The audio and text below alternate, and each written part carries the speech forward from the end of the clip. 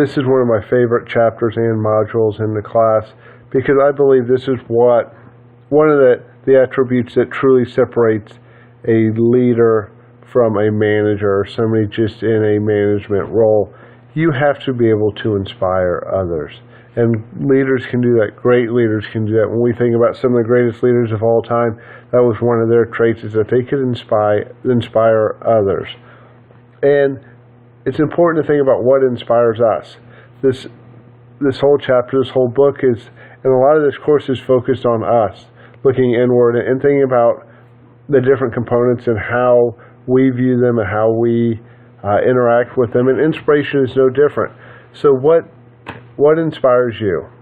And we should be able to come up with a list, think about what inspires us, think about what inspires us in life, what inspires us at work, what inspires us in a task. And those are all important to think about, because we thrive off inspiration.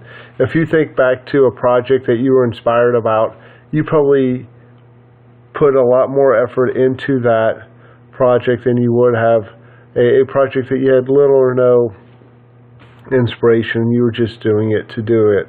So it is important to find out what inspires us at work. You had the opportunity to do that for your assignment. Think about what inspires you at work. And once we start to realize, okay, this is what inspires me, we can find tasks that allow us to do that. And in doing so, we become more productive and we enjoy our work more. So it is certainly a win-win situation. Also, how can we inspire others?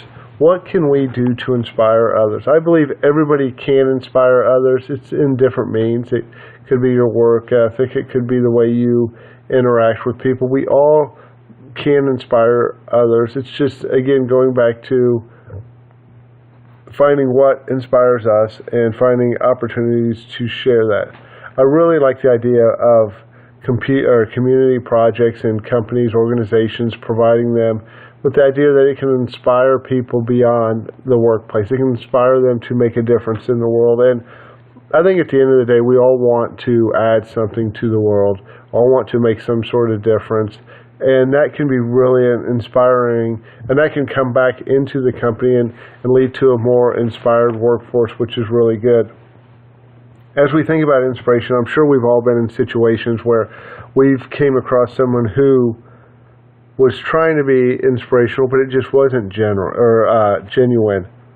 And that can really have a detrimental effect on performance and on how we view those people. So it's important when we think about inspiration to be general or to be genuine and make sure that we are truly trying to inspire people. I like the example of the near enemy, of where it's the opposite of what we were actually looking for. And when this occurs, you end up almost, you do create a negative environment where they would have been better to say nothing at all than to have actually gone down this path. So be genuine. Again, I think it's pretty obvious when people are being genuine and where they're not, and that can have a detrimental effect to the workplace.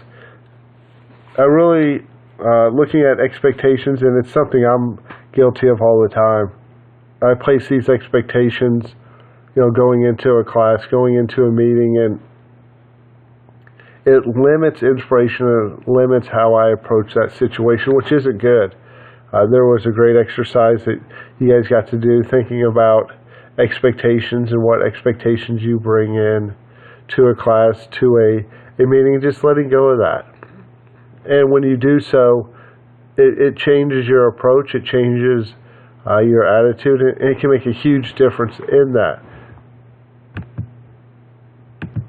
And in doing so, we're going to find what we expect to find. I like the example where they did some reviews through a two-sided window or two-sided mirror, and they wait to find exactly what they want to find, and then they go with that. And they miss everything else going on because you have these expectations, and that's what you're going to find.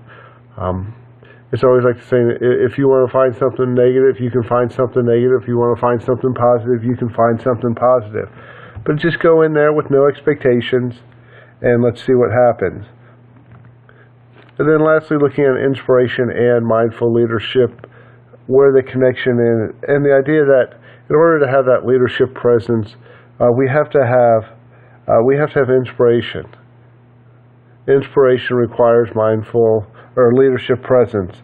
We have to see what is here now and not just live off expectations. We have to be able to inspire people. We have to be present to do that. And if we can inspire others through finding out what inspires us, then you can make a great difference in your work environment and also from a performance standpoint.